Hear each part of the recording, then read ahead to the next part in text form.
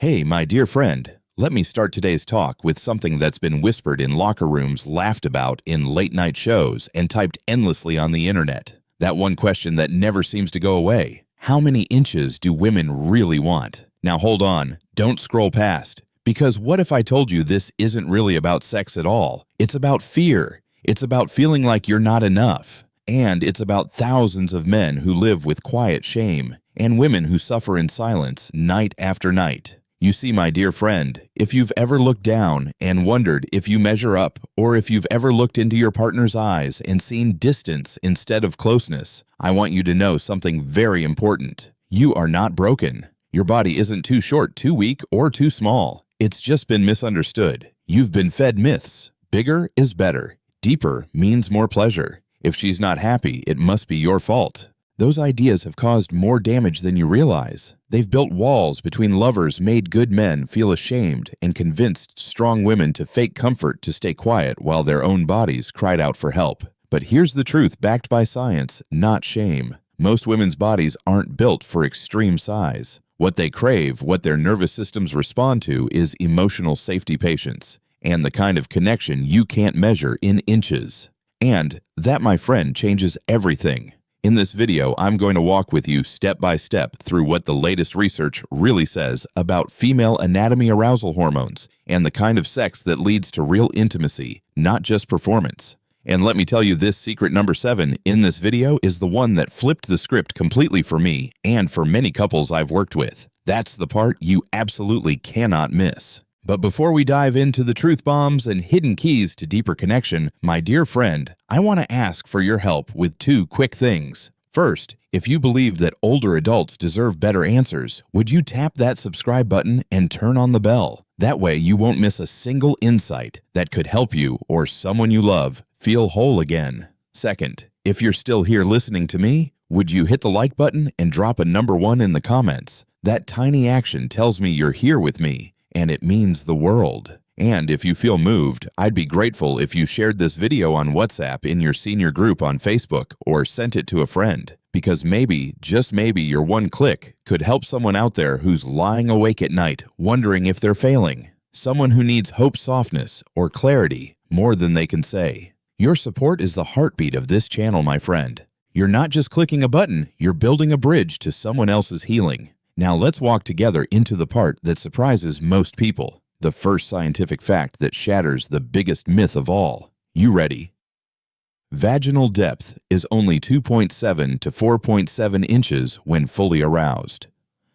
My dear friend, let me tell you something that most men have never been told, not by their buddies, not in health class, not even by their doctors. When a woman is fully aroused, yes, I mean truly warmed up, relaxed, and ready, her vaginal canal usually measures between just 2.7 and 4.7 inches in length. Surprised? You're not alone. According to a 2014 study published in the International Journal of Obstetrics and Gynecology, the average vaginal length at rest is around 2.7 to 3.5 inches, and during arousal it can stretch up to about 4.75 inches. That's it. Not 8 inches, not 10, just around the size of a standard credit card. Now let that sink in for a moment. You see all those locker room stories, adult films, and late-night whispers. They've painted a picture that simply doesn't match real female biology. And what happens next? Good men start questioning themselves. Women start bracing for pain instead of pleasure. And couples start disconnecting in silence. But when we understand the real numbers, something beautiful happens. Pressure fades. Fear melts,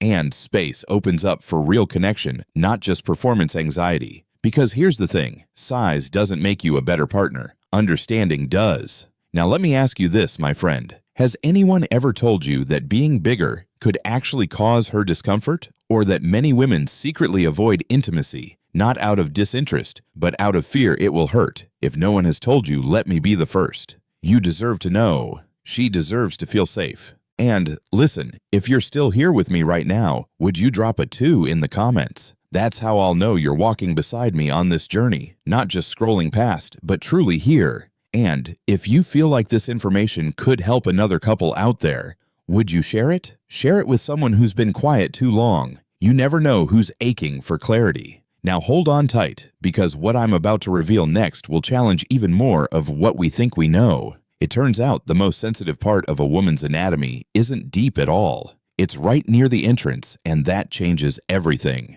The most sensitive area is in the outer third, not deep inside. Now, my dear friend, let me take you even deeper, not in inches, but in truth. When it comes to female pleasure, most people think deeper is better.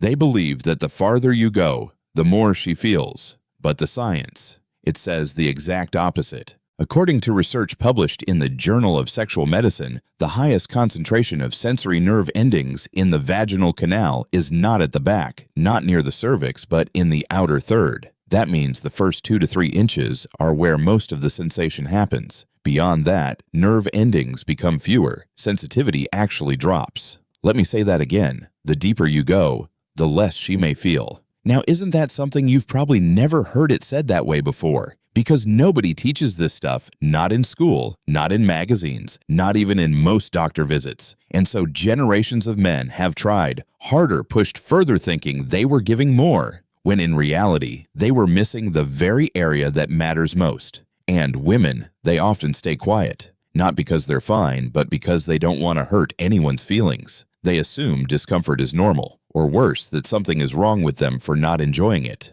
But as the experts say, it's not dysfunction, it's design. Dr. Cheryl Kingsburg, a leading expert in female sexual medicine, once said, "The most important part of satisfying sex isn't how far you go, it's how well you connect where it counts. So instead of trying to reach deeper, try reaching closer, slower, more present." That's where her body listens. That's where her nervous system responds. Now let me ask you, my friend, has anyone ever told you this? Or is this the first time you're hearing that less might actually be more? If this is new for you, and if it's hitting home, could you tap the like button and comment with a number 3, so I know you're still with me? It lets me know we're walking this together. And if you know someone who's struggling in silence, someone who keeps asking what's wrong with me, or what am I doing wrong, send this video their way. That share might feel small to you, but to them, it could feel like being seen for the first time. Now hold on, because what comes next is the part most men were never taught, and most women have had to discover on their own. It's the truth about the clitoris, and once you understand it, you'll never think about intimacy the same way again. The clitoris has over 8,000 nerve endings. It's the true center of pleasure. My dear friend, if no one has ever told you this before, then I want you to hear it from me right now. The clitoris is the main organ of pleasure for most women, not the vagina, not the depth, not the thrust, the clitoris. And here's the part that blows most people's minds. That tiny button you may have seen at the top of the vulva, that's only the tip, literally. The clitoris is a much larger, deeper, and more complex organ than most people realize. According to MRI studies conducted in 2005 and published in the Journal of Urology, the clitoris is shaped almost like an iceberg. The visible tip is just about 10% of its full structure. Beneath the surface, it extends 7 to 9 centimeters, with legs, bulbs, and branches that wrap around the vaginal canal like a horseshoe. And here's the showstopper: it contains over 8,000 sensory nerve endings, more than the penis, and more than anywhere else in the human body. Now think about that. The most powerful source of sensation in a woman's body is often ignored, not out of cruelty, but because no one taught us. No one handed us a map, and without a map, we all just start guessing. That's why so many women go years, decades, even without fully enjoying sex. They think something's wrong with them. Their partners think they're failing. But in truth, it's no one's fault. It's just a missing piece of education. Dr. Helen O'Connell, one of the leading researchers who helped map the clitoris in full detail, said it best. If the clitoris were taught in medical school the way the penis is, we would revolutionize sexual wellness overnight. So, my friend, what do we do with this knowledge? We stop guessing. We start listening. We shift our focus from performance to presence. And we explore with curiosity instead of shame. And now I want to ask you something from the heart. Have you ever thought your partner couldn't feel much because something was off with her, or worse, that you weren't doing enough? If that thought ever crossed your mind, you're not alone.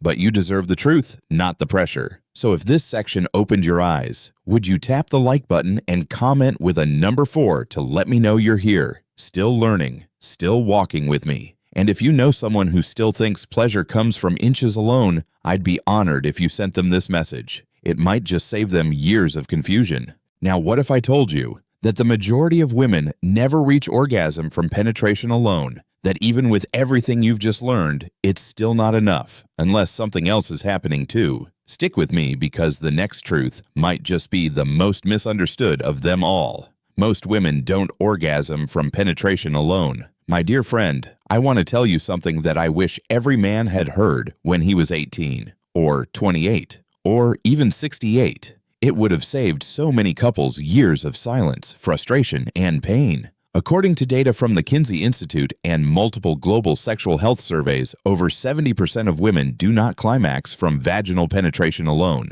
Let that sit with you for a second. That means the vast majority of women, good-loving, passionate women, need something more than just penetration to feel complete satisfaction. And yet so many of them never say a word. Why? Because they don't want to hurt anyone's pride.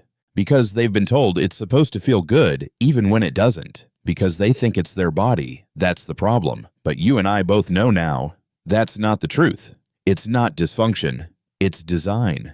The clitoris, which we talked about just a moment ago, is the primary organ of pleasure for most women, and it lives outside the vaginal canal. So penetration that doesn't include some form of clitoral stimulation, it's like playing music with the volume turned down. You might be hitting all the notes, but she can't hear the song. Sex therapist and researcher Dr. Lori Mintz says, "When we ignore the clitoris, we ignore the woman. That's why so many women fake it. Not because they want to lie, but because they want their partners to feel good, to feel strong, to feel loved. So they smile, they nod, they endure.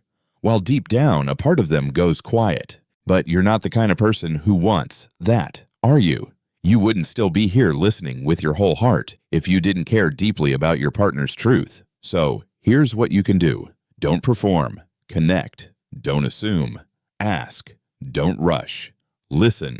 Her pleasure is not a mystery. It just hasn't been included in the conversation. Now, my dear friend, if this part struck a chord with you, would you do something for me? Click that like button and drop a number 5 in the comments if you're still walking with me. Your presence here tells me you're different. You're someone who wants to get it right. And share this, please. Somewhere out there, there's a couple going through the motions, smiling on the outside, aching inside, and all they need is a conversation like this to change everything. And next, we're going to talk about something that affects millions of women as they age, but almost no one connects it to sex. It's the hormones, my friend. Estrogen, testosterone. And what happens when they shift? You'll be amazed at how much it explains. Hormones. Estrogen and testosterone affect pleasure, especially after menopause. My dear friend, have you ever noticed a shift? Maybe your partner seemed less interested. Maybe her touch felt different. Maybe things that once brought her joy now brought her discomfort.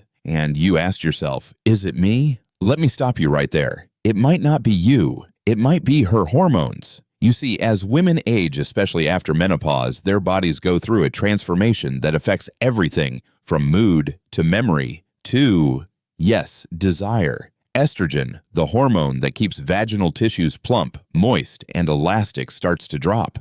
And when it does, things change. According to the North American Menopause Society, over 50% of postmenopausal women experience vaginal dryness, burning, itching, and pain during intercourse.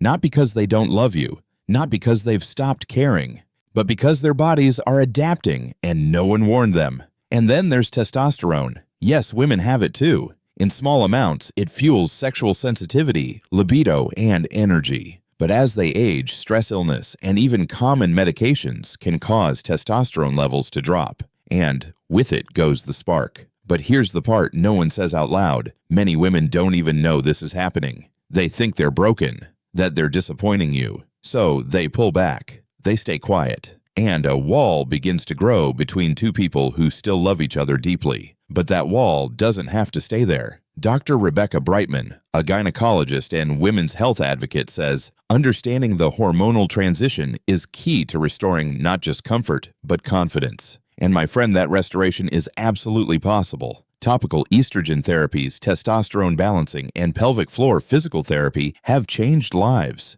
You just have to know to ask.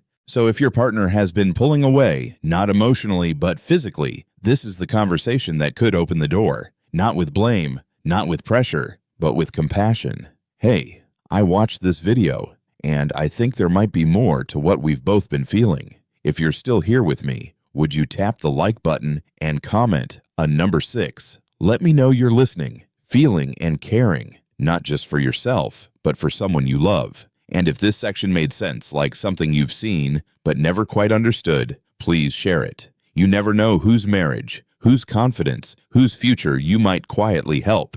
Now, next up, we're going to uncover something that almost no one links to pleasure, but might be the reason why her body won't respond even when her heart wants to. It has nothing to do with technique. It's all about feeling safe. Emotional safety matters more than technique. My dear friend, let me ask you something straight from the heart. Have you ever looked at your partner and deep down you felt like something was off? Not angry, not distant, just closed. Maybe she was right there next to you, but you couldn't feel her. Maybe her body was present, but her spirit felt far away. That, my friend, is not about moves. It's not about performance. It's about safety. You see, a woman's body is deeply wired to respond not just to touch, but to trust. Not just to action, but to emotion. And if her nervous system doesn't feel safe, it simply won't open. It won't let in pleasure. Not because it's broken, but because it's protecting her. This is what scientists and therapists call pelvic guarding. It's when the muscles of the pelvic floor tense up as a reflex,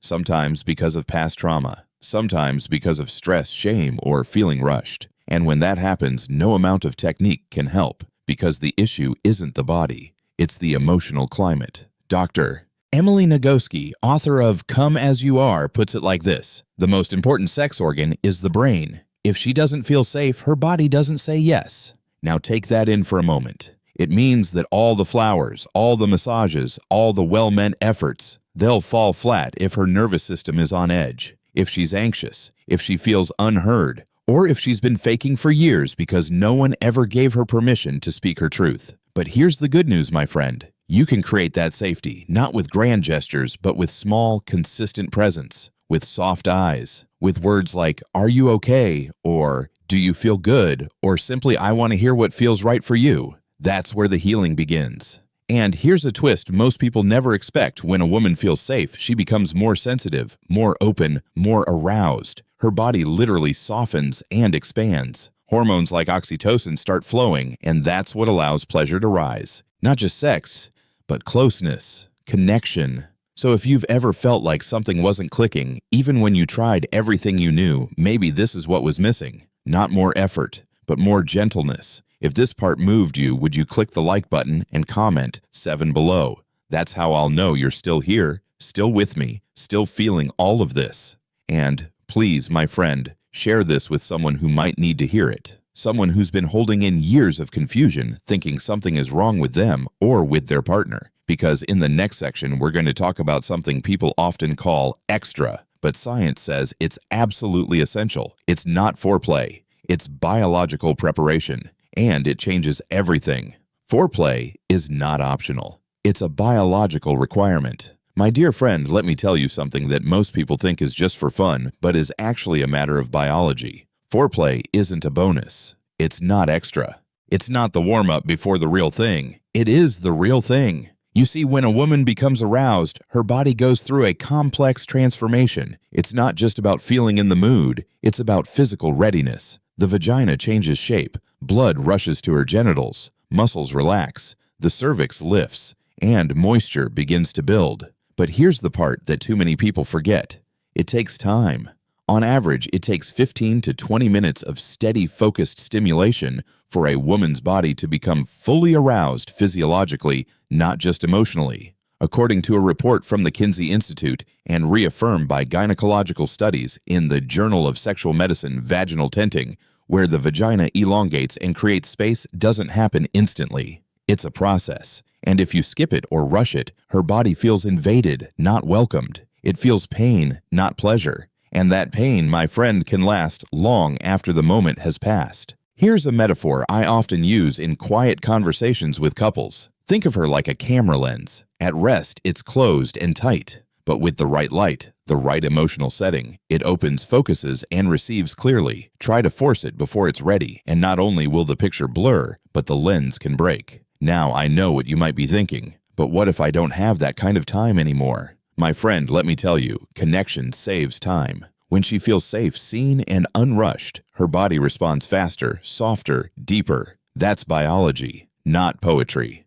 Dr. Lisa Diamond, a leading researcher in human sexuality, once said, "The most overlooked part of female arousal is not the technique, but the tempo." So here's your invitation: slow down. Not to tease, but to honor. Not to delay, but to prepare. And let me ask you, friend to friend, have you ever felt like things just weren't clicking anymore, like something was missing but you couldn't name it? Maybe this is it. Not less desire, just less time for readiness. But you can give that. And when you do, everything changes. If this section made you pause and think, would you hit that like button and type 8 in the comments? That one number tells me you're still here, still walking with me, still willing to learn.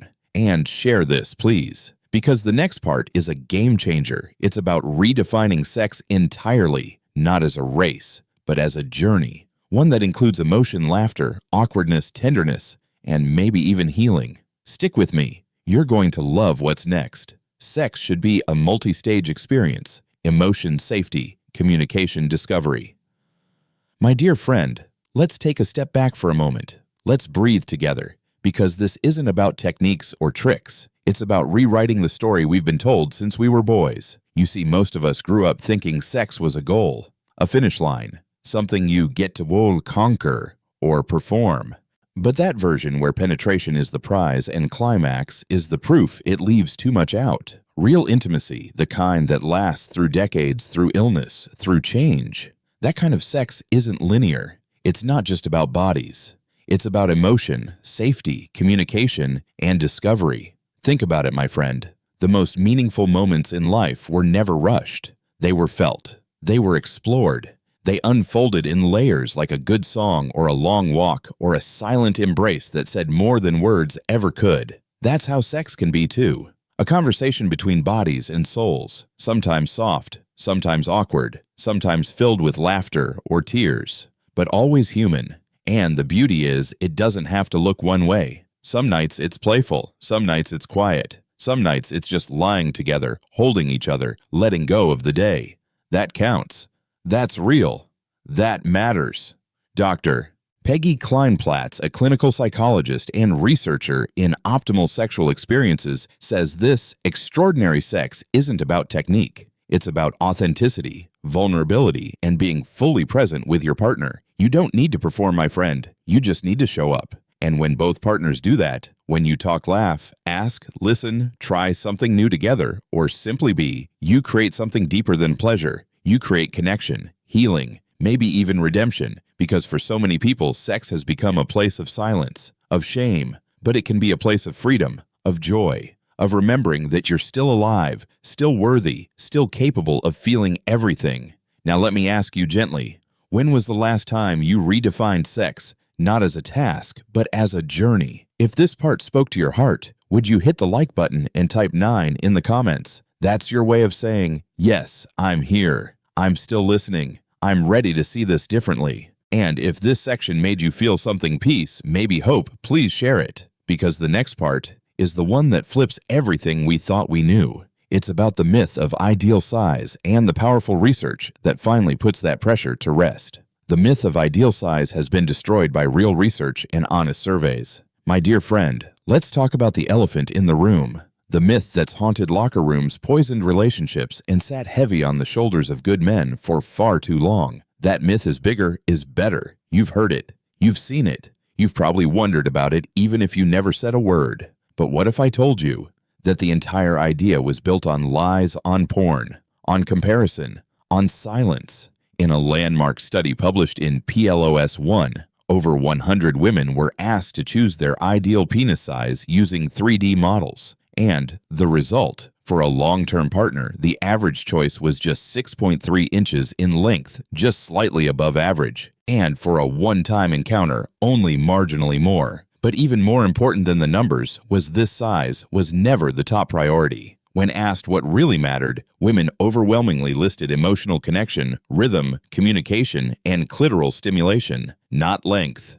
not girth, not the wow factor the media keeps pushing. Another major survey published in the Journal of Sexual Medicine found that only 15% of women said size played a major role in their satisfaction. The rest, they wanted to feel desired, safe, loved, touched with care, heard. So if you've been walking around with that tape measure in your head, thinking you had to be something more to be enough, I want you to drop it now. Drop it like the useless baggage it is. Because your worth, your value, your ability to please, none of it lives in a number. It lives in how you make her feel. Dr. Debbie Herbenick, a sexual health researcher at Indiana University, said it beautifully. What partners remember most is not size, but how present, caring, and attuned their lover was. That's the truth, my friend, and I hope it sets you free. So let me ask you honestly, has this myth ever made you doubt yourself, ever made you feel like you had to overcompensate or stay silent or avoid intimacy altogether? If this section lifted even a little bit of that weight, would you press like and type 10 in the comments?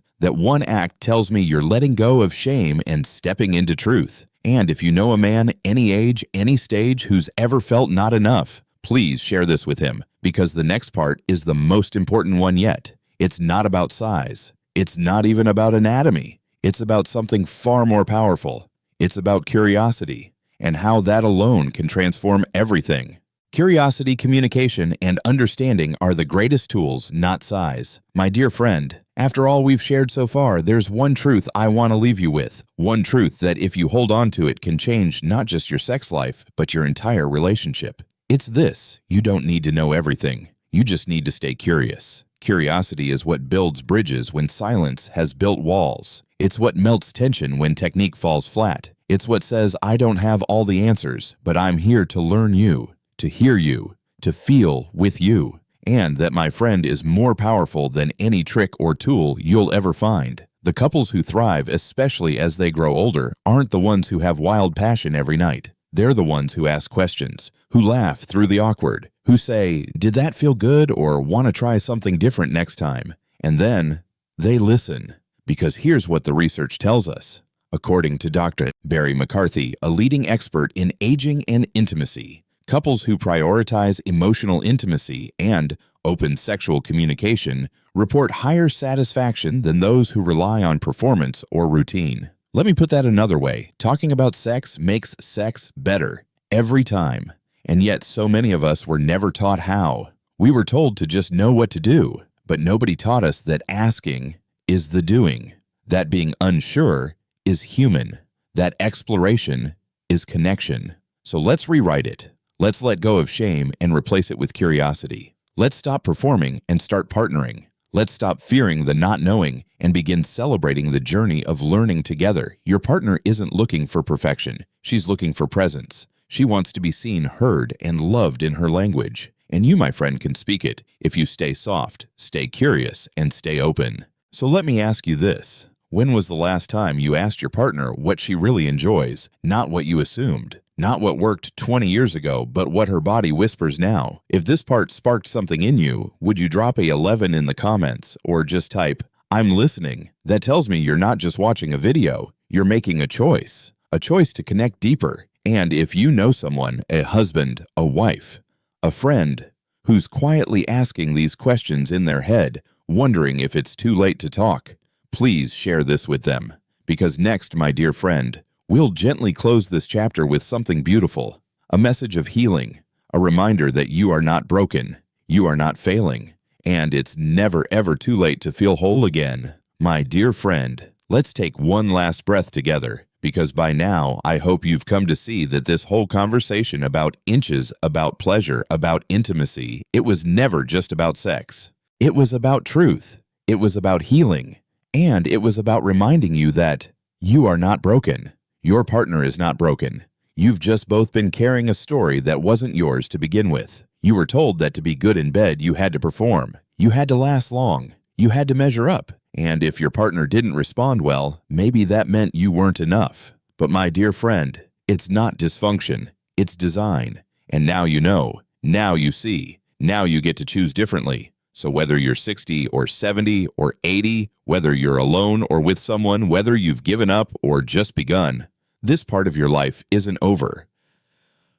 In fact, it might just be beginning again. You have the power to create connection not with performance, but with presence. You have the right to feel pleasure not with pressure, but with peace. And you have the chance to talk differently, touch differently, love differently, starting tonight. And maybe, just maybe, someone watching this right now needed that reminder as much as you did. So if this video touched something deep inside you, would you let me know? Leave a comment. Tell me what moved you. Share the part that surprised you. Or just type "thank you" if that's all your heart has words for. And if you believe there's someone out there, a friend, a brother, a quiet man sitting alone with his doubts, who needs to hear this, please share it. Because healing spreads not through experts, but through people like you, people who've lived, who've struggled, who are brave enough to stay curious. As we wrap up, I want to leave you with a little wisdom I heard once from a 94-year-old man who had loved, deeply lost greatly, and lived fully. He said, "You don't have to know it all. You just have to keep showing up with your whole heart, one honest question at a time. So show up, my friend. You're already doing it." And if this video helped you even a little, please tap the like button, subscribe to this channel so we can keep walking this path together, and share this with someone who's forgotten how worthy they are. Until next time, stay kind to yourself, stay open, stay human, and remember, pleasure isn't measured in inches, it's measured in trust, in safety, in joy.